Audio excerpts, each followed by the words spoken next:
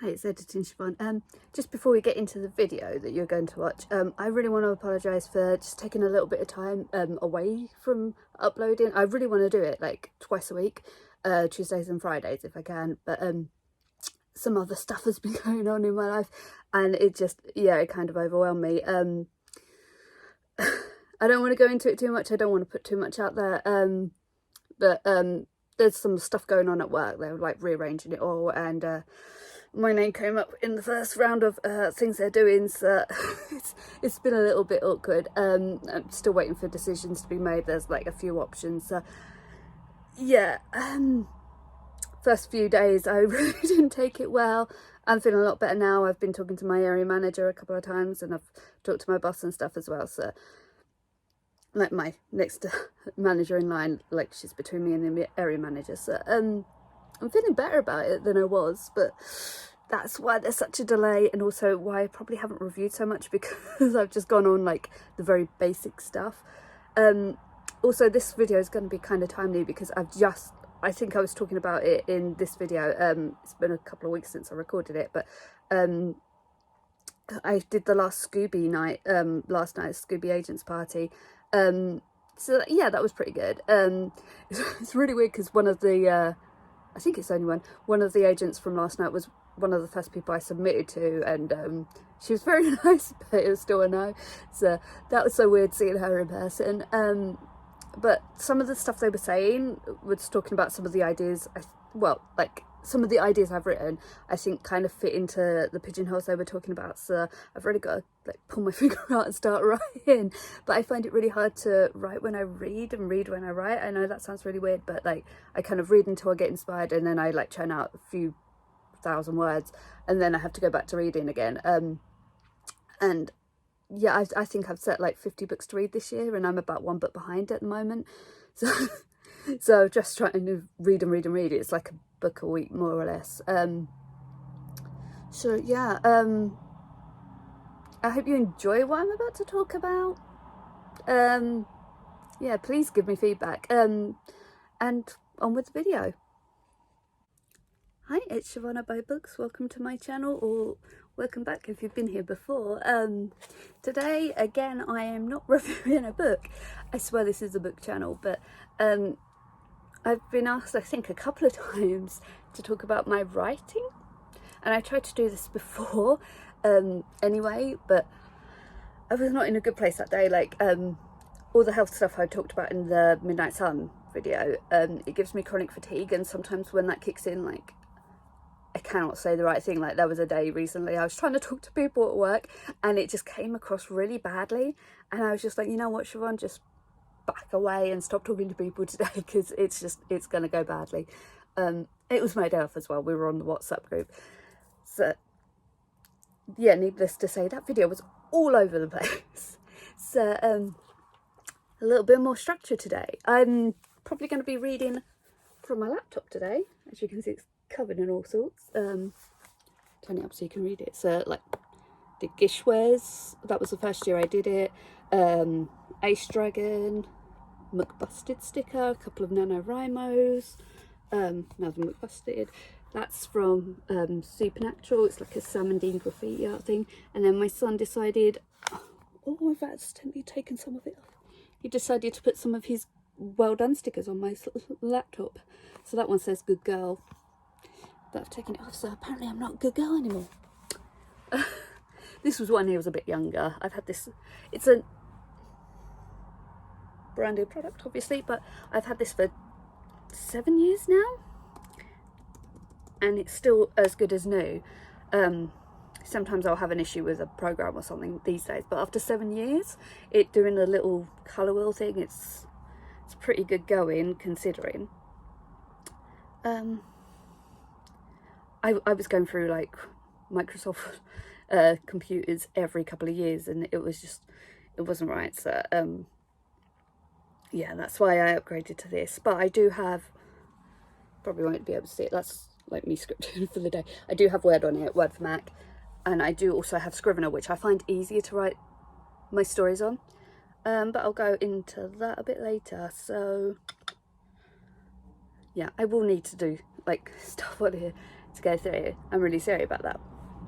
So I can't remember when I started writing. I remember like I'd watch TV shows, and afterwards like I'd have so many ideas in my head how it should have gone or what they could do next. I'd kind of have to go away and like have a little bit of imagination play into it. And I know we got our family computer when I was about 9, and for fun I would go on there and write like Babysitter's Club fan fiction, because we all have to start somewhere. And then like my high school wasn't very good with creative stuff. Like they always wanted to do the rules and they wanted to do analysis, which is great for me for like reading stories now, but at the time I really wanted to be creative, and I think all my better marks came from creative stuff when we were finally allowed to do it. So English good. So yeah, I think, sorry, I'm trying to remember the timeline now. I think when I was year 9, so 13, 14, we started doing options. And I wanted to look up author because that's what I wanted to do. And there was nothing really clear set about what to do to become an author. And the school I went to is quite a high pressured one.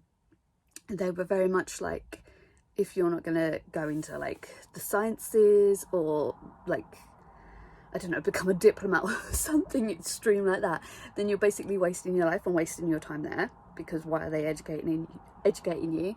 And like, I've got a couple of friends who left after GCSEs, which they were entitled to do. They could go work or they could go to college or whatever they wanted to, and they were basically told, if you don't go to our sixth form, you're not going to make anything of your life. So I kind of rolled with it the whole time, and I think I got my degree, and then I got pregnant, and then I was working in fast food, and I was like, joke's on them. They said if we left after our GCSEs, this is all we'd get in life, and I got a degree and I'm doing it. So but you know, part of that is because of the 2008 economic crash that kind of happened around the time I graduated. So I'm one of those millennials who kind of got screwed over by life, but I'm doing my best with it. I'm so sidebarring. So when I was about 14, like I said, my school wasn't really good with the creative stuff because they wanted us to do more of the analysis and stuff like that. But then my friend was like, hey, I wrote this thing, do you mind reading it and telling me what you think of it? And it was fan fiction of our favourite band at the time. And I remember being like, wait here a second, like, people do this? People write this stuff? Like, I'd known I did, well, I didn't realise that my babysitter stuff was fan fiction. I was just like, you know what, this would be a really good idea for a story, typey. And then, yeah, I kind of got into fan fiction, which, you know, I know a lot of people are like, oh, don't talk about fan fiction or it's not very good or whatever. There are some incredible fan fiction writers out there, and I think it's such a good art for practicing and learning the craft. Like, I learned so much in the first couple of months of writing fan fiction myself, like, intensely, that I didn't learn at school. Like, I think that was the first example I really had of where I learned by doing more than learn by being told. Like, I think I was about 23 when I finally remembered what a noun was, because you asked me any time before that, even though I'd been taught it, I would have been like, it's a word. No, I know. And I know things like, I don't remember my school teaching me stuff like closing parenthesis and stuff like that. They probably used other words, but like now I know this sort of stuff, and I know it more because I use it, and you know, it's got a practical application for me. So I'd been writing fan fiction for a few years. I went to uni, doing the whole media stuff, and then I started to like come up with this idea, and I just kind of wanted to throw everything at this story, which I have learned since you don't do. And I have this book somewhere. It's buried right now, so I'm not going to get it out, but I was writing like all the characters that were involved and how they all related to each other, and like, you know, those quizzes you used to get online where it's like, what's your favourite food? What's your pet's first name? Blah, blah, blah, blah, blah. I was doing that for all of the characters to get to know them, and I should really go back and do that for other characters, because that is how I quickly learned my characters. So I started writing. I'd probably made about, well, I'd probably written about 30,000 words before I got sick. And then I did get sick, and like I said, my head was empty. So I remember laying in a hospital bed thinking, you know, I haven't got anything else to do. I can plot my story. And then I was like, hang on a sec, where are the characters? And it took a while to get them back. And then, you know, I've just been working on redrafting, finding something that works, stripping it all back down, finding out, you know, you can't throw everything out. You kind of have to think of the core point of the story and go with that. So I've been learning that sort of thing along the way as well, which I think you can't learn any other way than by experiencing. So oh, sorry, this is heavy in my hands. I should probably put it down, but I've got my bed there and it's quite low, and then I've just got like a very narrow bit down there, and it won't stay on my bookcase because I've shoved that full. Oh yeah, sorry, in my notes it talks about this other idea I came up with when I was about 15, 16. It's really funny to me now because I've got books that kind of deal with the subject matter. I had this girl who's quite sad, and like the idea of it was supposed to be that she didn't survive the entire book, and now there are books that do that. I can't remember their names right now. I will link them, I think, or put them in the description anyway. But yeah, one of my favourite things about that is that there was a character, and at the time, like, people had CD players, like portable CD players, and that's how they listened to music. And you could get like cassette players that had radio, but you couldn't get like CD players that did that. And I remember thinking, wouldn't it be cool? I think DVD portable players had just come out as well. I was like, wouldn't it be cool if we had like this one handheld device that played it all and still let you make phone calls? And then a couple of years later, like, everyone's got a smartphone. I was like, wait a second, I came up with that a few years ago. So yeah, like, that story is just really funny to me. Oh, I said about my... Sorry, I'm all over the place with this video too. So yeah, I think I got to a point with my story that I'm starting to like submit now, where, you know, I had the basic structure down and the characterization down, but the flow wasn't very good, and I knew that I was limited in descriptions. And then, like, through all the fanfic stuff I wrote, one of my friends did that challenge where she asked me to write bit of erotica and really go into the description, and she helped me like really boost that, and that story ended up like 150,000 words, which is like double the length of a normal novel. But I think that really helped me in the long run with what I'm actually writing. So I'm just trying to think. So I went to the agents party last year with Scooby, which is like speed dating agents. There's no other way to describe it. Like, they had a panel, well, 2 panels. They had to separate the agents, and each one talked about their likes, their dislikes, who they represented, the kind of ages they represent as well, but, you know, what company they're with, what agency. And after both panels, you kind of had to pick your first and second. And on your, like, they did 2 go rounds, and you had to like run to your agent, put your name down. They'd give you a token, like first, second, third, fourth, blah, blah, blah. And then like you get a 3-minute pitch in order. So yeah, that was a lot of fun. I think I've submitted to about 6 of those girls now, those agents, and got 6 rejections. And I think or maybe it's 5. It's 5 of those girls, and then before that I had 2 rejections. So, you know, it's a slow process for me. I think I don't want to overload myself, because I know that I do overwhelm myself a lot. So by only approaching 1 or 2 people at a time, it's easier for me to keep track of who I've approached, who said no, stuff like that. So I'll probably give it a go again. I've just actually changed my intro again. I was like looking at it like, where could I start this properly? But my intro is really bad. So I thought what I could do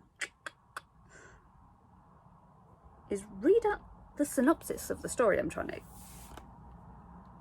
Sorry, my wrists are really hurting. Of the story I've written. So this is the synopsis. Let's just... Don't know where the mouse is. There we go. So is that just over a page?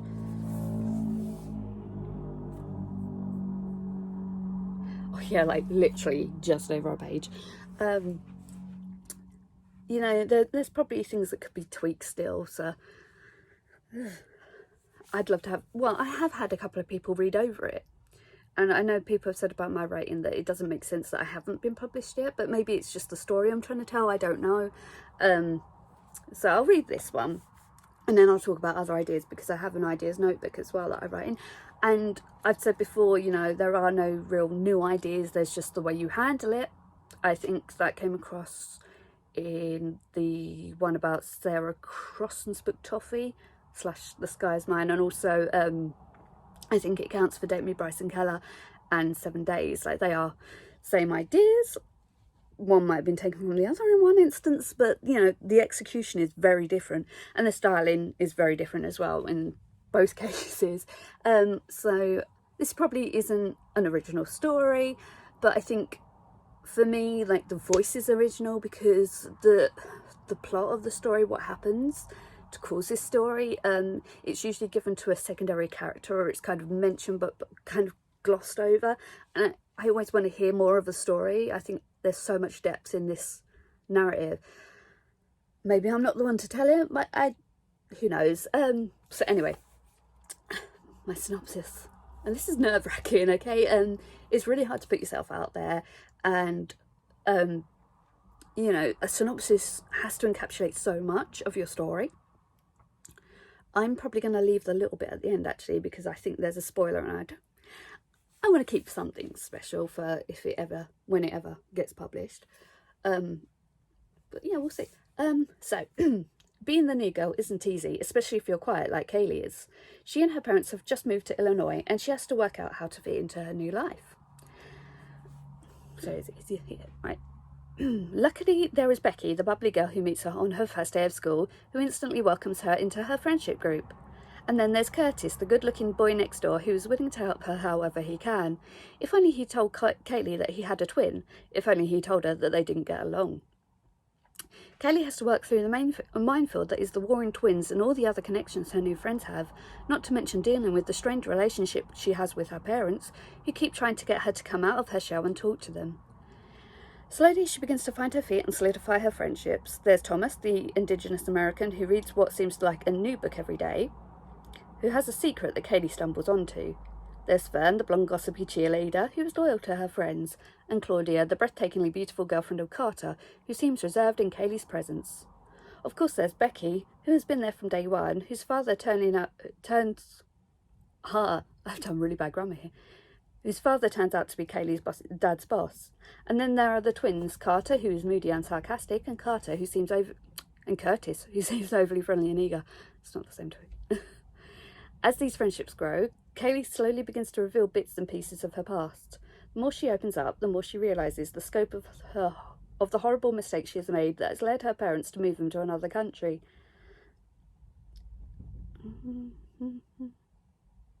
Sorry, I'm reading the bit that I'm like, is this a spoiler? Okay, just as she begins to feel accepted, her parents surprise her with an old familiar face, her childhood friend and his family visiting for their half-term holiday. She worries that too much damage has been done before she moved, but he seems to recognise that the move has been good for her.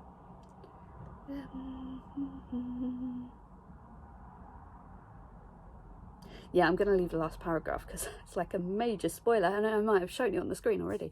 So yeah, like, I don't know, actually. Like, did I say it already? What? No. Okay, so the spoiler is the thing that I've been talking about, that other people mention for the side characters and not for the main character. And I think there's so much of a story there. So, you know, I just wanted to give her a new surrounding to, I don't know, like, sometimes you just need a new start. And there's reasons for it as well. So, but I really love the characters I've created. Like, Carter is my favourite character ever. Like, I know that sounds really biased when I've written him, but I wish he was a real person, because I think we would get along really good. But, you know, sadly, he just exists in my head. So, yeah. Beyond that story, I think I've been brainstorming for about 3 or 4 years other stories. I think that's most of them. Very brief synopses. The top one, I don't know if you can see that, is a sequel for the twins, because, you know, in the actual story that I've written so far, they never resolve what happened. You find out what happened, but not how they get past it. So I thought it would be a really interesting story to have them kind of put in a situation where they had to face each other. So their mums made them go on an RV trip all summer, and you know, in close quarters, what do they have to do except deal with each other? I've written about 25,000 words so far. It's not very long, so I'm really hoping that they're going to surprise me a little bit more, because, like, I kind of know what needs to happen. I'm a plantser. In the writing community, a planner obviously meticulously picks what they're going to write and when, and I've seen my friend Gerald's like chapter plans and stuff like that, and he's really in depth. And, you know, there's stuff like the snowflake method and stuff like that. There's pantsers who just go, gonna write a story, gonna write about this, let's see what happens. And then there's people like me who's like, right, I'll write out a brief synopsis, I'll go in depth a little bit more, I'll, you know, I keep buying Ready Set Novel, which is really good. It's a great little tool to use to plan your novel. I should probably work on that stuff more before I move on to actually writing the story. Or like I said, you know, I did all that planning for that other story I did. Oh, sorry, just had a little comment come up on my phone. Yeah, so that's all the planning I did. So, oh, yeah, I did a lot of planning for that.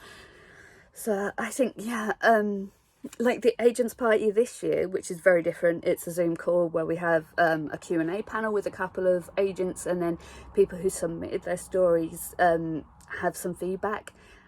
And honestly, it was a little bit terrifying, and I didn't submit, and I was just like, oh my god. But saying that, it did make me go back and go, is the opening of my story strong enough? You know, is my synopsis good enough? But also, with one of these stories, that one, I've been thinking more about, you know, because I've really struggled to find the voice for it. So it made me think, you know, is the setting wrong for this? Am I pacing what needs to happen wrong? So, you know, it has helped in a way. It's really making me look at my work differently, and, you know, it's really hard to take that step back and look at things subjectively, but I think you really need that when you're an author. So yeah, the second story, Maisie and Dylan, working title. All of these are working titles. It's kind of inspired by Billy and Me by Giovanna Fletcher. And not in the sense that it's a rip-off of her story, but I read Billy and Me. I have views. Don't use the word rabble. That really annoyed me. Like, it took me so long just to get off that page where I was just like, rabble, she's calling his pants rabble. That aside, Giovanna's really lovely, but I thought she had this real opportunity as someone who was like a childhood sweetheart of someone who became famous, to give a narrative that you don't see a lot. You see a lot of people who meet someone famous, they fall in love over like ridiculously impossible circumstances. You know, conflict happens and then it's a happily ever after, and it kind of read like that. I was like, it would have been so much nicer to see, you know, a more realistic version of what she and Tom went through, where, you know, the presence of his fame could have really caused a drift, and how they process that and stuff like that. I think that would have been a much more engaging story for me, and that's kind of the jumping off point I have for that, because it's like, well, Siobhan, you're a writer. If you want to read a story, freaking write it. So yeah, that's basically what Maisie and Dylan is about. But yeah, I think I'm going to change the place where it's set. I'm gonna, you know, mix it up a little bit more. The thing is, when I'm writing, because I have so many friends who are in America, and I have a couple of friends who came over here from America when I was 7. One girl stayed for a year, one girl stayed for 3 years, and she ended up like my best friend at the time. We're still, you know, Facebook friends and stuff. But I've always had this kind of influence from the other side of the Atlantic, and because I read a lot of American young adult contemporary, because that's where the bigger market is for it, I kind of end up writing more American characters. Like, even that story I just read the synopsis for is set in America. It's set somewhere very specific. I wanted a specific balance of people and like the ratio of poor to rich and stuff like that. I wanted, like, I had to set it in my head, and I just had to find a place to say it. So yeah, I feel like this really weird, like, British girl who writes American stuff. But I know it as well. Like, my family has a timeshare out there, and I've lost count of the amount of times we've gone to Florida, and I've been to New York a few times. And like, when I was 15, my school did a ski trip every year, and when I was 15 it was the turn of millennium. I know I'm older than I look. And they were like, we're going skiing in Vermont. And I was like, I'm going? And they were like, you don't do PE, you say your knee hurts. Yeah, it's fine, it's fine. I was like, I don't think you realise what I will do to go to America right now. And I really wanted to quit skiing the first day. The second day I was alright, but the first day I kept crashing. And then, like, actually, I came back the next day to school with a note saying, yeah, my knee hurts, I must have done something skiing. And the look of murder on my PE teacher's face when I did that was classic. But yeah, I really didn't want to do PE in an all-girls school. Ew. Especially as our showers didn't work, and even if they did, like, you stand in the wrong place, you're a lesbian. So, and that was a bad thing to be back then, apparently. So anyway, aside, like, basically I'm just thinking, does that need to be set in like a school a bit more like a Becky Albertalli setting, basically. But then my next story is kind of more like a superhero comic book style thing I've got in my head. And I keep, like, this is so very basic. I don't know if you can read my writing, by the way, because I write for me in this book, so I don't worry about whether people can read it like I do at work. Anyway, so yeah, it's kind of Star Trek and Captain Marvel and Superman all rolled into one.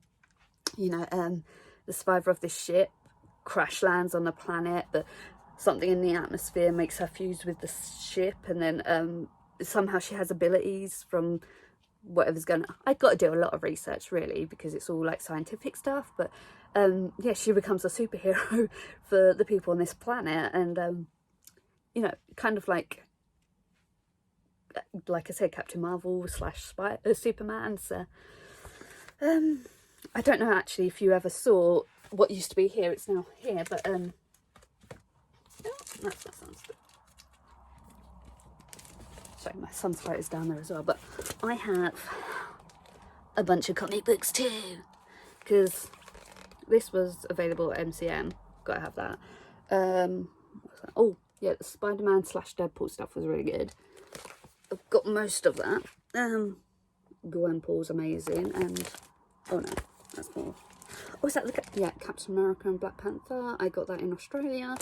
And then I've got like almost all the Gwenpool stuff, like Gwen Stacy's, no, not Gwenpool, Spider-Gwen. Gwen Stacy is Spider Lady. So yeah, I'm big on my comic books. Like, when I was 10, I used to steal my brother's X-Men, and I loved Rogue. I still love Rogue. There's some really badass female characters in those books. They are books as well as comics, like, yeah. Like, for DC, I don't like a lot of characters, but Raven and Starfire are amazing, and the Netflix show Titans did so much to right the wrongs of Teen Titans Go, no matter what my son says. I love that.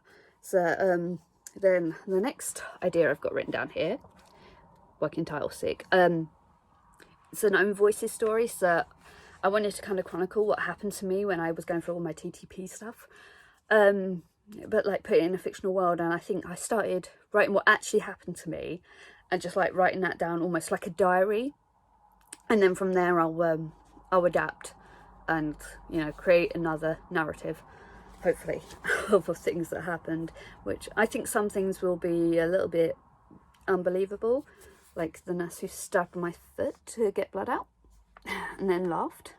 Oh, I'm still angry about that.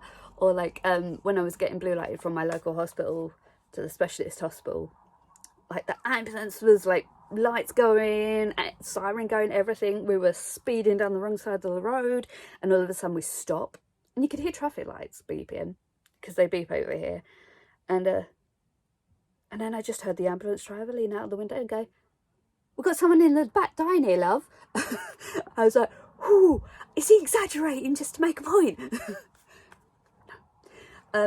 And the answer we heard back was, "I'm trying to get my son across the road." And it's like, ooh, like, good on you for waiting for the lights to flash. But I think, yeah, emergency vehicles kind of trump, sorry for using that word, like, they kind of win out over basic road safety, don't they?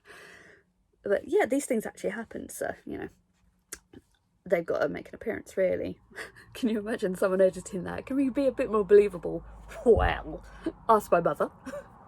And also she knew, because she used to work at that hospital, she knew the sister and she knew the ambulance driver, so she'd be like, getting called up with them.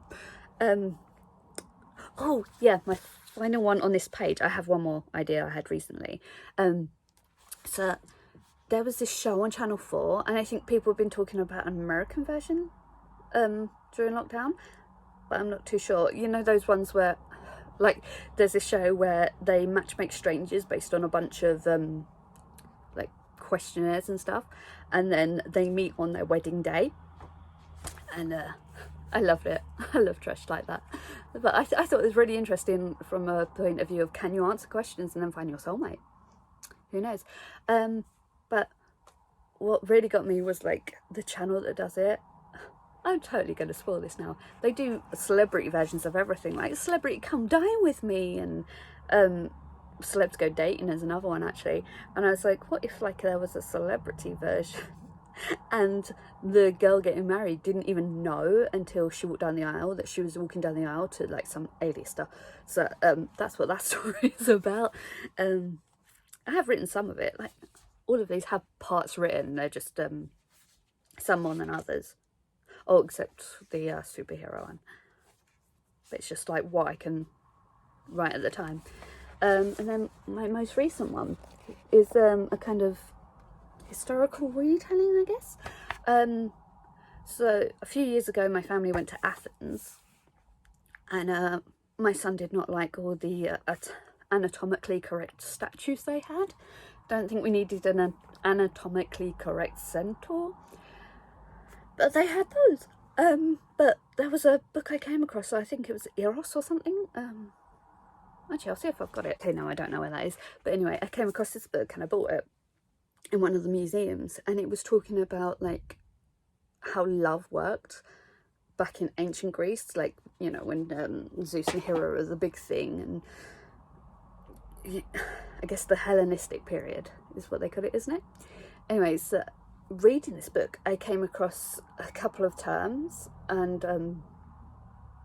I think it was, I'm going to say these wrong. Oh my goodness. Eromenos and Erastes. I'm really bad with Greek words. Anyways, it used to be like this thing where like boys went into training to be gladiators and stuff like that, like marathon runners or whatever, and they'd have like this weird relationship with their trainer, and then everyone started frowning upon it because it was like, how young are these boys that you're training? And like everyone kind of aged out of that, except okay, it's not except, but like the kind of structure that they used of the pairing up and then the physical activity was something they used in Thebes, in a part of the army called the Sacred Band of Thebes, which kind of comprised of 150 gay partners. And the idea was, like, if you're fighting alongside the person you love, you're going to be far more aggressive on the battlefield. And they did things like, they beat Sparta twice, because in ancient Greek culture, like, your strongest fighters were on the right and your weakest were on the left. And going against Sparta, the thieves were like, let's put the Sacred Band on the left. So all these really strong Spartans who were expecting to have like no resistance at first were like, oh my god, how tough are these weak ones? Like, I'm so scared of getting to the next level because these guys are kicking our asses. So so like Thebes won by breaking the rules. I love that. They eventually got beaten by Alexander the Great, who was known as Alexander the Capable then. It's like my favourite thing about ancient Greece. So that like in the pairs like kept the Eromenos, I really can't say it, and Erastes pairings, so like you were one or the other in the pairings. I've actually written, this is so bad, I've written a Destil fan fiction based on it as well before, and I was just like, you know what, I really want to visit it again. I really love the idea of it. And you know, so many historians are like, oh no, they really liked each other, just like Apollo and Patroclus. So many people are going to be like, Siobhan, you can't pronounce Greek words, but toffee. Yeah, you know, they were partners, especially if you read Madeline Miller, and I would. So yeah, those are my story ideas right now. A lot of them need developing further. The one I'm writing at the moment is the one with the twins in the RV, because don't shut up. I love it. It's still a figment of your imagination, Siobhan. So yeah, that's my writing stuff. Love to know what you think. I'm like most writers, and I'm quite insecure about what goes on in my head that I put on paper. And yeah, like the rejections I've had as well, they've been really positive, but it's still a rejection. So people going, you know, it's pretty well written. I really like your voice, but I just don't think I can market it. I think my last one really hit me hard, but you know, I've had a few where it's like, actually that was really nice, and I understand that it's just not a good mesh. These are the things that happen. And you know, a lot of books have had massive amounts of rejections before they finally found their place, and maybe it's just one of those stories that, you know, it just needs the right person. I just haven't found them yet. Like I said, speed dating agents. It's hard. I don't date in the real world. Oh, and now I've got to do it for agents. So yeah, I think that was a little bit more verbose than my other video that I tried to do, and it's a lot longer. But if you liked, like I said, comment, subscribe, press that little thumbs up, and I'll see you next time. Thank you.